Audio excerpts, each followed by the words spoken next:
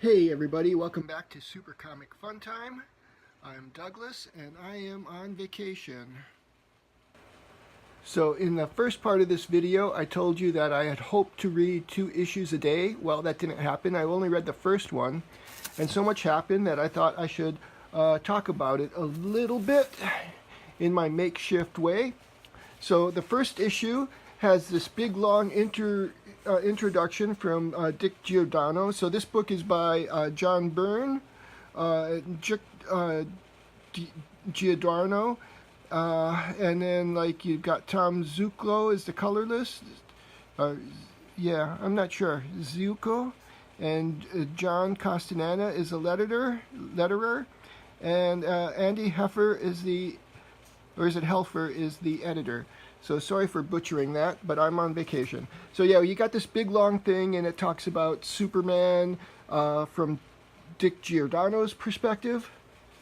And then at the end you have John Byrne giving his perspective, and like for him it starts like with the Superman TV show. And so what you've got going on here is this book is a retelling. The first book is a retelling of Superman's origin. It starts off on Krypton, and you know it reminds me a lot of the Man of Steel movie that came out a few years ago, except that you don't have all of the action. It's just like Jor-El just decides to launch. You know, he takes his kid out of the Matrix, and we don't really learn too much about the Matrix. His wife is really upset about it, but he goes, I'm the father, I have the right, and then he launches his kid into space and sends him to Earth.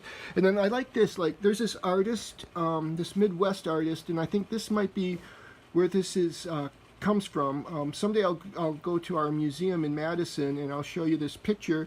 And this guy was like, he kind of captured the spirit of the Midwest at the time, and that's what this art reminds me of. I don't remember the artist's name right now, so yeah, like I say, I'm on vacation. So so what's happening on Krypton is it seems to be getting ready to explode, right? And because there's a radiation sickness that's killing people, and it's because the crust is collapsing in on itself, and in a couple of hours, I guess, it's going to blow up the planet. And so, you know, when I saw this, at first I thought it was terraforming like from the Man of Steel movie, but no, this is launching. This is the ship that Kal-El is in. And then, you know, he ends up in Kansas. It starts with this, and this reminded me a lot of Man of Steel, the movie, too. So I think this book was a big inspiration for it. Is he's playing football, and then his dad is disappointed. Jonathan Kent looks like...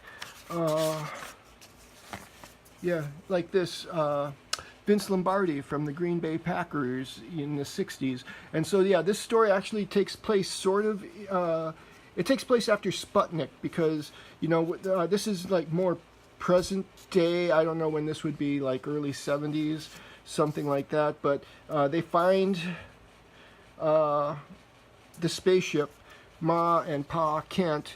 They find it after Sputnik has gone up, and they're talking about how the Russians are launching animals into space, and now they put a baby into space, and Ma Kent ain't having none of it. So she takes the baby, they get hit with a hard winter, and so 5 months later they go back in town and just announce they had a kid. So Superman isn't even adopted.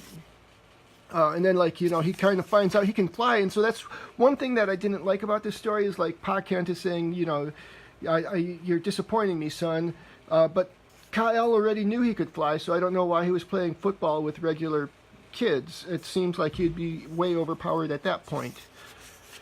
So, yeah, so then, like, Clark goes off, and he does like he does in the Man of Steel movie. He kind of, like, helps people. Ma Kent keeps a scrapbook of what he does, but then, like, he does it out in the open. He gets exposed. And, you know, this is a little silly, too. I enjoyed the story, so, you know, I'm kind of, like, a little down on it. But, you know, this is, like, from the 80s. And I think it's a good story. It's just, like, what happens is there's a spaceship that's going to land in Metropolis. This is, like, where Clark Kent is mostly hanging out, is Metropolis, he says. And then this little plane just kind of comes out of nowhere. It defeats security. It's a little private plane, and it crashes into this space shuttle thing. And it puts it in danger, so he just jumps up, and he says he moved fast enough to blur the camera, and then Lois Lane is in there, and this is where he meets Lois Lane. But then, like, he's kind of bummed out.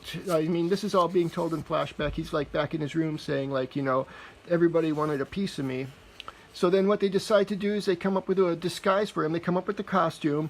And, you know, here it doesn't really say it's like a Kryptonian symbol for hope. It just says, you know, I came up with this design for the front and back, and that's about it. And so, you know, Ma's working on the cape. And it's like the blue part of the suit is what Kal-El arrived in on the spaceship, and that's kind of indestructible. The cape isn't indestructible, so yeah, that's going on. And then that's the first time he's Superman, and yeah, and so it was a pretty good story, pretty good origin story. It's updated a little bit, you know, comparing it to Brian Michael Bendis's current Man of Steel.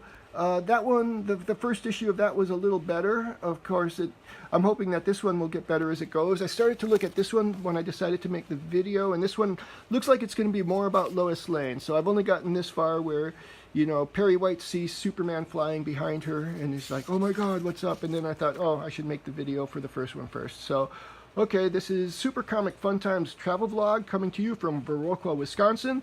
Remember to hit the thumbs up button, share, and I will talk to you soon. Bye.